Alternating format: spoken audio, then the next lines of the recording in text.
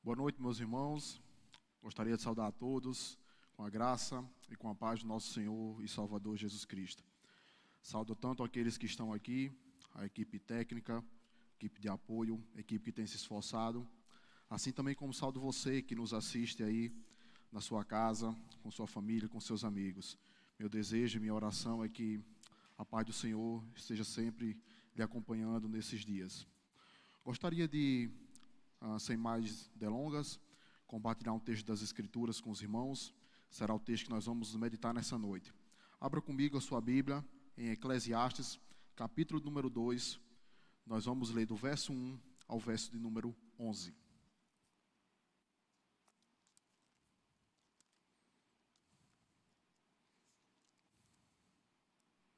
Eclesiastes, capítulo número 2, do verso 1 ao verso 11.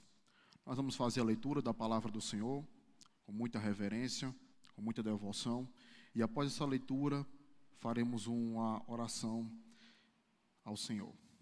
Diz assim a palavra de Deus, Eclesiastes capítulo 2, do verso 1 ao 11. Eu disse a mim mesmo, vamos, prove a alegria, procure ser feliz, mas também isso era vaidade. Concluí que o riso é tolice e que a alegria não serve para nada. Resolvi no meu coração entregar-me ao vinho, sem deixar de me guiar pela sabedoria e de me apoderar da loucura, até descobrir o que de bom os filhos dos homens poderiam fazer debaixo do céu durante os poucos dias da sua vida. Empreendi grandes obras, construí casas e plantei vinhas para mim. Fiz jardins e pomares para mim, e neles plantei árvores frutíferas de toda espécie. Fiz para mim tanques de águas, para com eles regar o bosque em que reverdeciam as árvores. Comprei escravos e escravas, e tive escravos que nasceram em minha casa. Também tive bois e ovelhas, mais do que tiveram todos os outros que viveram antes de mim. Amontoei também para mim prata e ouro, e tesouros de reis e de províncias. Provi-me de cantores e cantoras, e da delícia dos filhos dos homens, mulheres e mais mulheres. Eu me tornei importante, e superei todos os que viveram antes de mim em Jerusalém, e a minha sabedoria nunca me abandonou. Tudo aquilo que os meus olhos desejaram, eu nada lhes neguei, nem privei o meu coração de alegria alguma. Pois eu me alegrava com todas as minhas fadigas, e isso era recompensa por todas elas. Considerei todas as obras que as minhas mãos fizeram, e também o trabalho que eu, com fadigas, havia feito. E eis que tudo era vaidade e correr atrás do vento, e nenhum proveito havia debaixo do sol. Vamos orar ao Senhor. Pai Santo, obrigado a Deus por essa transmissão que o Senhor nos permite fazer. O nosso desejo, Deus, e a nossa oração é que simplesmente o Senhor fale conosco essa noite. Que o Teu nome, ó Deus, venha a ser engrandecido. Que o Teu Filho Jesus possa ser glorificado e anunciado nessa noite.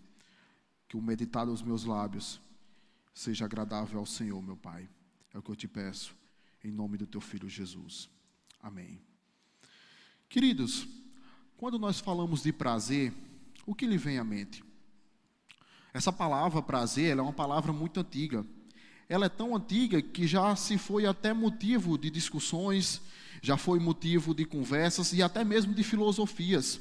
Se você é um bom estudante de história, você provavelmente sabe que na Grécia Antiga, o que mais os gregos prezavam é pelo prazer, pela beleza do corpo, pelo que construir e pelo que ter, e pelo até o que fazer.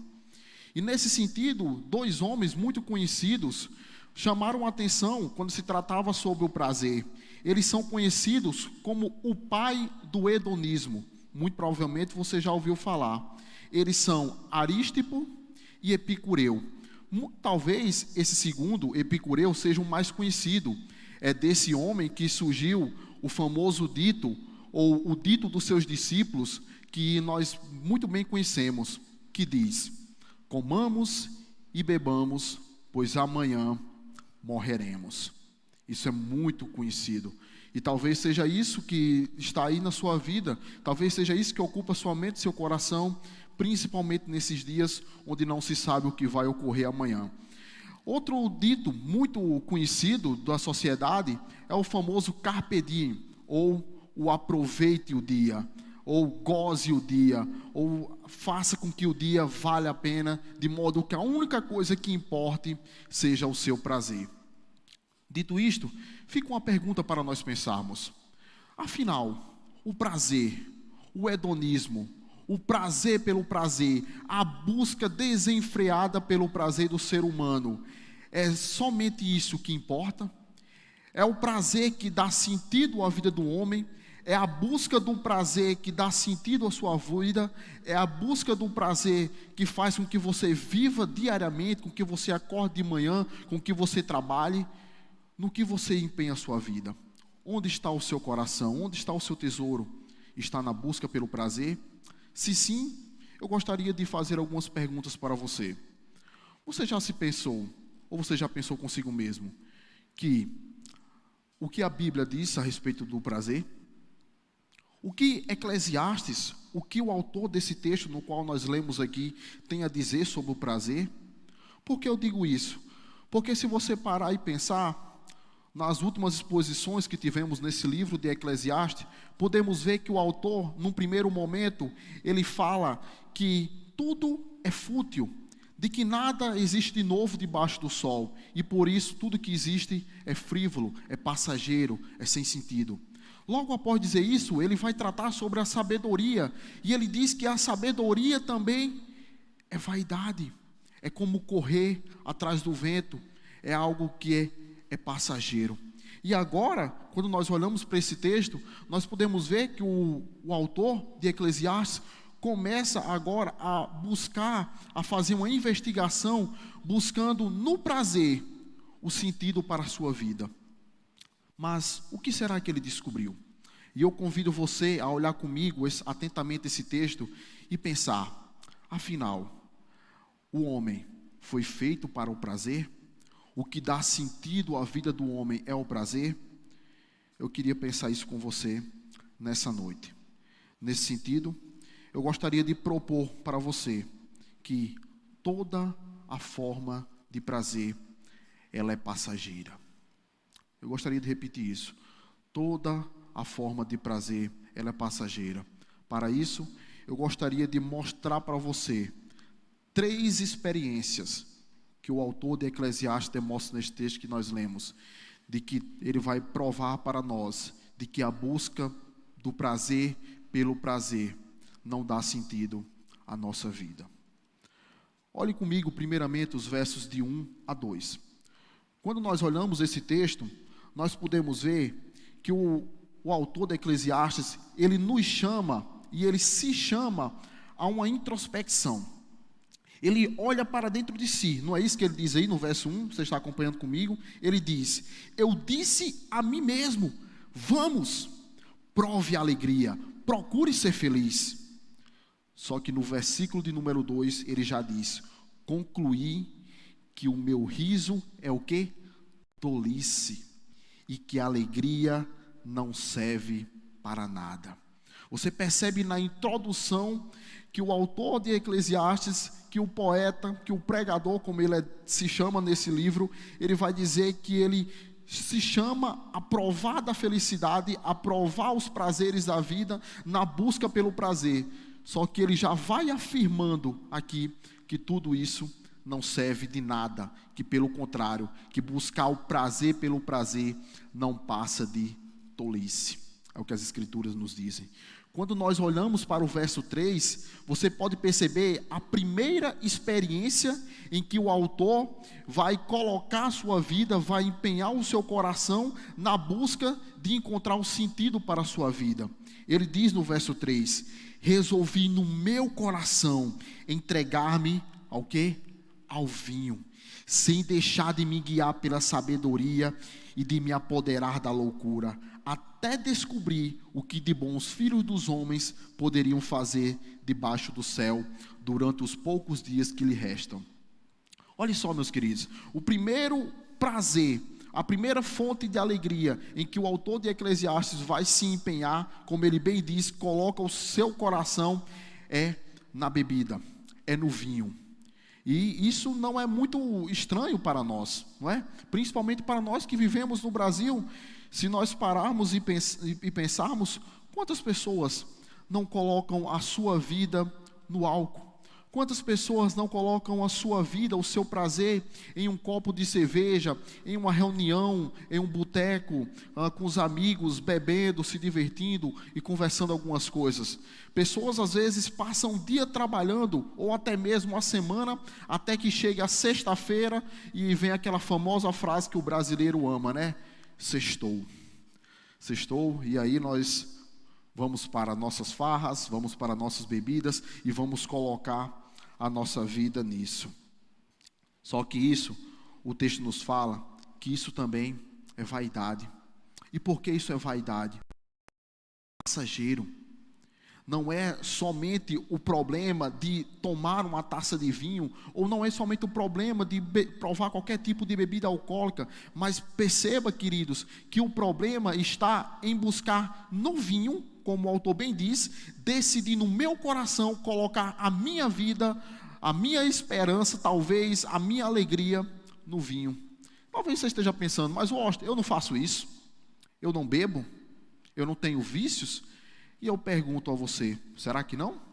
Muito provavelmente você não bebe, muito provavelmente talvez você não tenha nenhum vício, mas eu pergunto para você, será que o autor aqui, ao colocar vinho, ele se degustou somente no vinho? Talvez você não beba, mas talvez você seja viciado em um pote de açaí, por exemplo. Talvez você não beba, mas talvez você gaste a sua vida fazendo comida e gastando com comida e a ponto de se tornar obeso, a ponto de perder o controle, ao ponto de empenhar os seus prazeres em algo que lhe traz prazer, que tudo também não vai passar de vaidade e, como o autor diz, de correr atrás do vento. Quantas e quantas ocorrências o álcool não já trouxe? Quantos acidentes, quantas tragédias, quantas coisas horríveis pessoas embriagadas não fizeram? E por que isso aconteceu? Porque decidiram, como o autor aqui, colocar o seu coração nessas coisas, achando que nelas, achando que um copo de cerveja, achando que um copo de álcool iria trazer alegria. Então eu pergunto a você, será que isso não se aplica à sua vida? Talvez você me pergunte, Washington, como isso se aplica à minha vida? Então eu lhe pergunto, quando você está alegre, quando você conquista algo, ou talvez quando você está triste, ou talvez quando você está deprimido, ou ansioso, qual a sua atitude? O que você faz? Será que você não come chocolates até não poder mais? Ou será que você não bebe até cair? Ou será que você não fuma, achando que aquele cigarro vai tirar a sua ansiedade? Ou será que você coloca a sua ansiedade em qualquer coisa que não seja no Senhor, achando que isso vai resolver o seu problema? Talvez sim, talvez não. Eu gostaria de lembrar com vocês um texto nas Escrituras, onde o próprio Senhor Jesus Cristo vai relatar que Ele veio ao mundo com um propósito para fazer uma obra eterna. Cristo, ao contrário do vinho, ao contrário de qualquer tipo de vício, ao contrário de qualquer tipo de prazer, Ele é eterno. E a obra que Ele fez na cruz, ela é eterna. O que as Escrituras nos dizem? Que Cristo veio ao mundo para morrer pelos pecados daqueles que foram amados por Deus, porque Deus amou o mundo de tal maneira que entregou o seu Filho para morrer, de modo que todo aquele que nele crê não pereça, mas tenha vida eterna. Percebe? Vida eterna. O que isso nos mostra? Que a obra de Cristo na cruz do Calvário, ao contrário das coisas efêmeras da vida, ela não é passageira, pelo contrário, ela é eterna. E ela produz frutos eternos.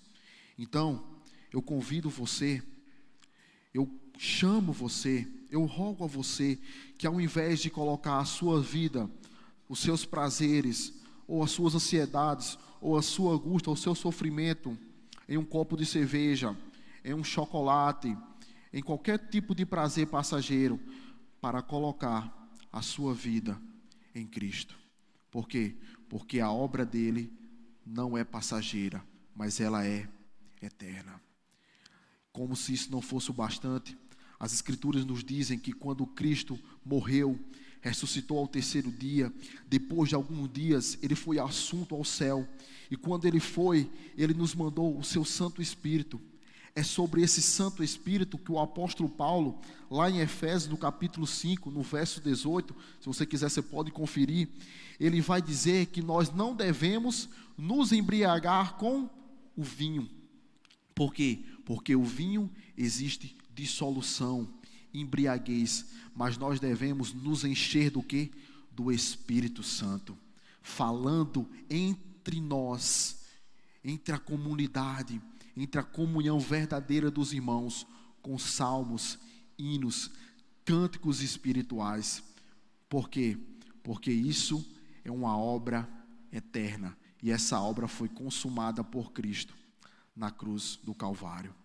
Não coloque a sua vida nos prazeres passageiros, como o vinho, ou em qualquer outro tipo de prazer, mas coloque sua vida naquilo que é eterno, na obra de Cristo na cruz, por exemplo. Dando continuidade do texto, eu gostaria de convidar você a olhar comigo os versos de 4 a 8. Nesses versos, nós podemos ver a segunda experiência na qual o pregador coloca a sua vida na busca do prazer como algo que pudesse satisfazer a sua vida. Você percebe que o segundo prazer é o de fazer, o de construir, o de ter, o de possuir. Veja comigo aí na sua casa, na sua Bíblia, o que é que ele diz?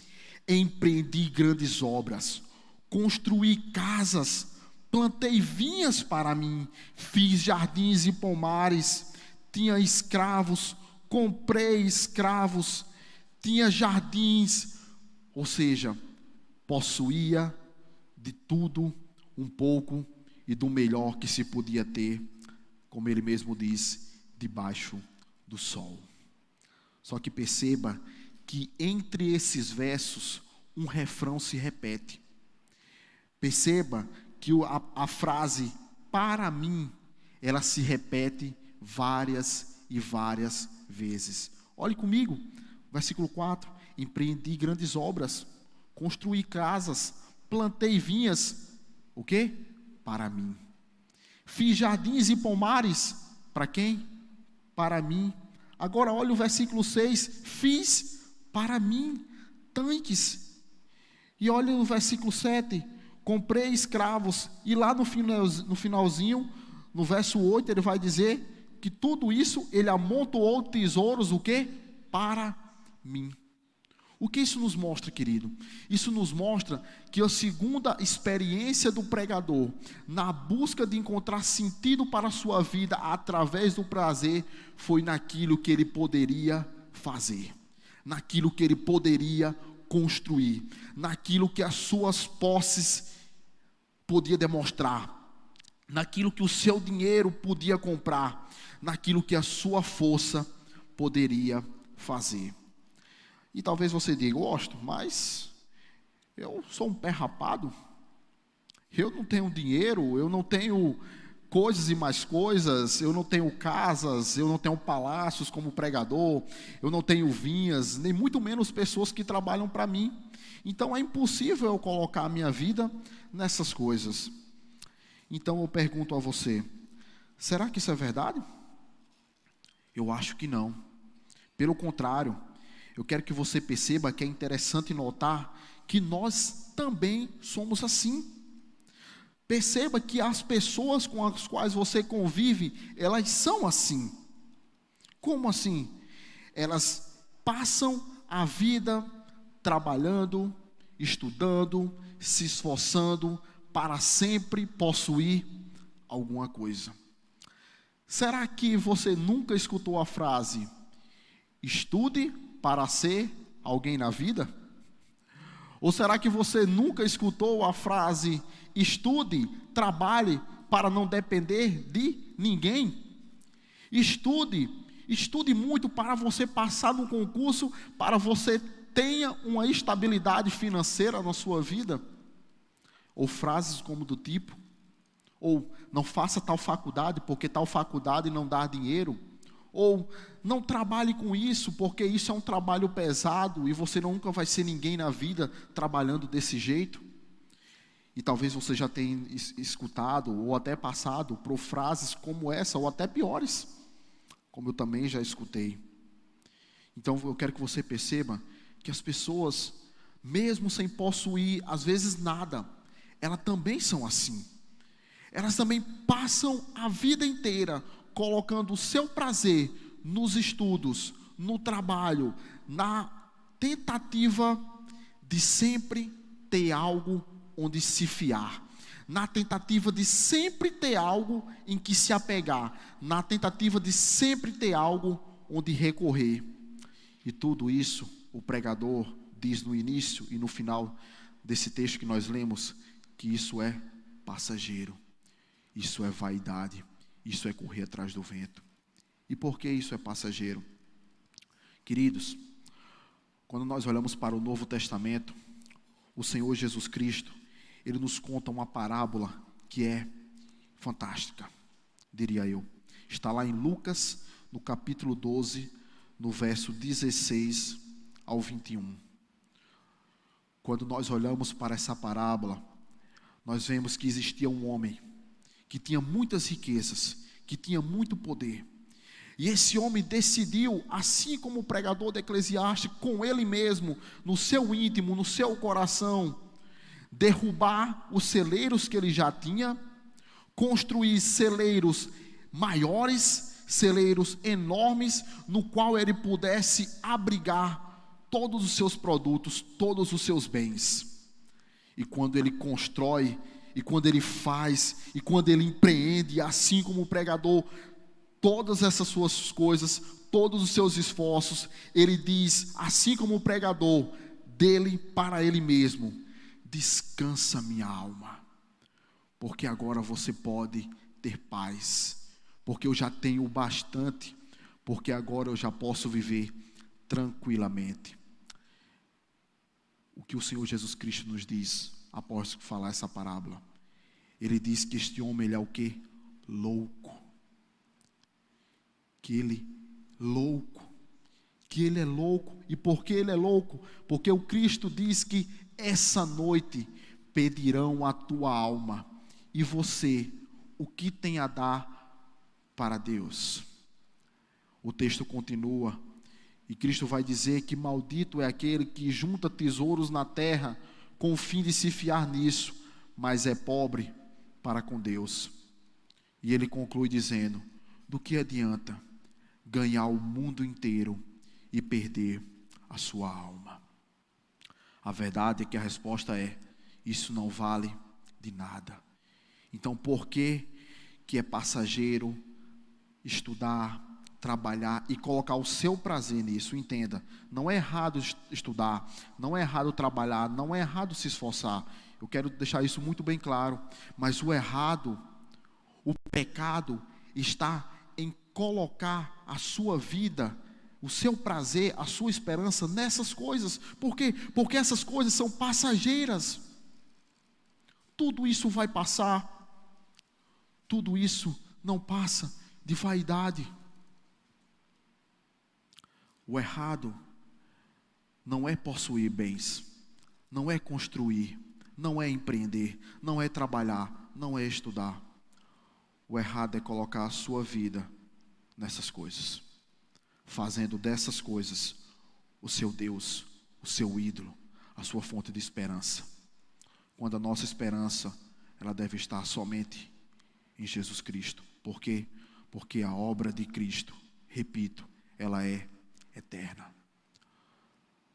Cristo nos diz: passarão céus e terras, mas as minhas palavras não passarão. Porque as palavras de Cristo, a obra de Cristo, ela é eterna. Eu também quero trazer uma aplicação para você, que além de colocar a sua esperança em Cristo, ao invés dos seus esforços, você deve colocar, ou melhor dizendo, você deve usar o que você tem de modo correto. Abra comigo a sua Bíblia lá em Efésios, no capítulo 4, no verso 28. O que as Escrituras nos dizem? As Escrituras nos dizem que aquele que roubava, não roube, mas antes trabalhe para, com o que você tem, faça o quê? Ajude aquele que é necessitado. Então, apóstolo, como essa palavra se aplica no meu coração? Primeiro, eu lhe pergunto, onde está a sua esperança? Nos seus estudos? Onde está o seu prazer? No seu trabalho? Onde você tem colocado o seu coração? Nas suas conquistas? Nas suas obras? Se você tem feito isso, as Escrituras nos convidam a que você venha colocar a sua esperança na obra de Cristo, pois ela é eterna, e que você use o que você tem de forma correta, abençoando aqueles que necessitam. E um terceiro e uma última experiência que eu gostaria de compartilhar com você nessa noite, está aí do verso 8 ao verso número 10. Olhe comigo, a terceira experiência do pregador. Ele vai dizer: amontoei para mim também prata e ouro, e tesouro de reis e de províncias. Provi-me de cantores e cantoras, e olhe só agora, e da delícias dos homens. O quê? Mulheres e mais mulheres.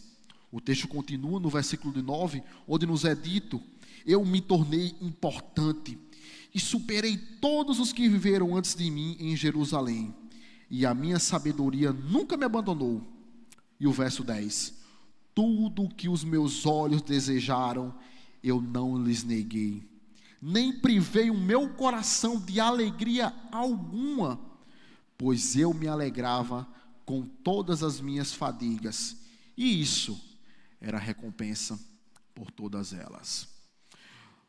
Na parte final do texto, meus queridos, o autor Eclesiastes, o pregador, vai dizer que ele buscou experiências, ele fundou, ele colocou o seu coração em duas coisas, ou em dois tipos de prazeres, em duas experiências prazerosas: no sexo e na fama.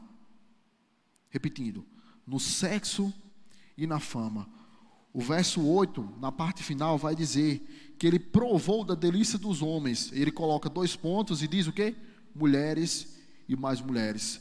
Essa é uma expressão de difícil tradução que possui pelo menos 3 significados, mas de acordo com os estudiosos, a que mais se aplica é essa, de que essa expressão, mulheres e mais mulheres, está relacionada à busca ou à prática do sexo de modo desenfreado. E no versículo 9 ele vai dizer: eu me tornei importante e superei todos os que viveram antes de mim em Jerusalém. O que é que ele está dizendo? Que ele alcançou o ápice. Ele era famoso, ele era conhecido. E como se tudo isso não fosse o bastante, todas essas formas de prazer pelo qual ele passou, ele chega no versículo 10 e ele coloca o estopim. É como se ele resumisse tudo. E ele diz: tudo o que os meus olhos desejaram, eu nada lhes neguei. Pelo contrário, todas as formas de prazerem, tudo aquilo que você imaginar de bom, eu experimentei. Só que no finalzinho do verso 10, ele vai dizer que apesar disso ter trazido alegrias, essas alegrias, elas foram o quê? Momentâneas. E por que elas foram momentâneas? Porque eram alegrias, eram modos de prazer que eram o quê? Pelo próprio prazer. Ele disse: e isso era a recompensa por todas elas. O que é que ele está dizendo? Que ao buscar prazer, ele só encontrou o quê? O prazer. E mesmo tendo encontrado o prazer, isso não foi suficiente para suprir o sentido da busca pela vida. Queridos, um dado muito interessante me chamou a atenção esses dias, nesse período de quarentena e de pandemia que vivemos. O site G1 publicou uma matéria afirmando que um site pornográfico do Brasil, preste bem atenção nisso, um site pornográfico do Brasil disse que em 2 semanas, ou nas 2 primeiras semanas da quarentena, cresceu o número de assinaturas em 70%. Nas 2 primeiras semanas, um site pornográfico famoso brasileiro disse que cresceu o número de assinaturas. Ou seja, pessoas gastando o seu dinheiro com isso, em 70%. E outro site muito famoso no Brasil disse que a visitação nesse site, ou seja, os acessos nesse site, em outro site, não o primeiro, foram cerca de 300 mil acessos em apenas 2 semanas de quarentena. Então eu lhe pergunto, não precisa, ou melhor, eu lhe afirmo, não precisa ter mulheres e mais mulheres para estar empenhado no prazer. Basta ter um celular, basta ter um computador, basta ter qualquer tipo de aparelho que tenha acesso à internet. Como diriam alguns filósofos contemporâneos, o pecado está a um clique de distância. Onde as pessoas, atualmente, nesse período em que vivemos, estão colocando a sua vida no ato sexual, no prazer, na masturbação. Mulheres e mais mulheres. O pastor Tim Keller, no seu famoso livro Ego Transformado, vai trazer à tona uma entrevista com a estrela pop chamada Madonna. Nessa entrevista, Madonna afirma categoricamente, abre aspas, quando eu estava deprimida, fazia de tudo para lançar um novo hit com a nova coreografia, de modo que isso me colocasse no topo.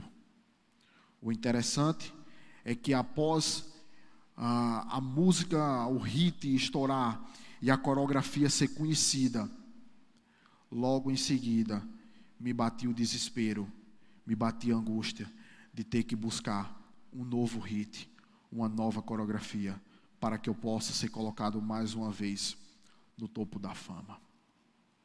Fecha aspas. Percebe?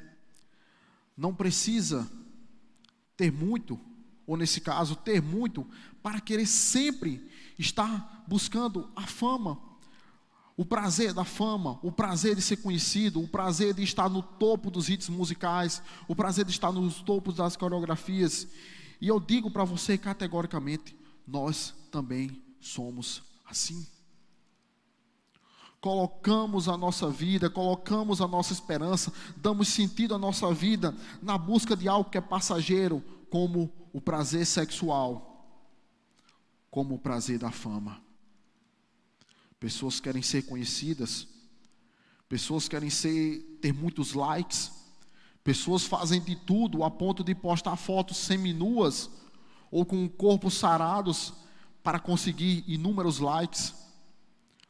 Todos viram aí o bafafá que deu quando o Instagram resolveu tirar o número de curtidas, o número de likes que as publicações tinham. E por que isso?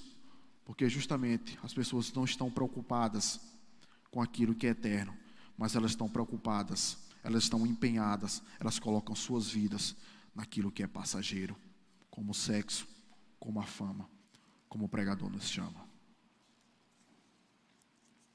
O fato, meus queridos, é que homens, mulheres, jovens, adolescentes, eu, você, nós, de uma forma ou de outra, vivemos nossas vidas na busca desenfreada pela autorrealização, pelo prazer, pela alegria, por um tipo de, como eu falei no início, por um tipo de hedonismo disfarçado de boas intenções. Não se engane. Não se engane.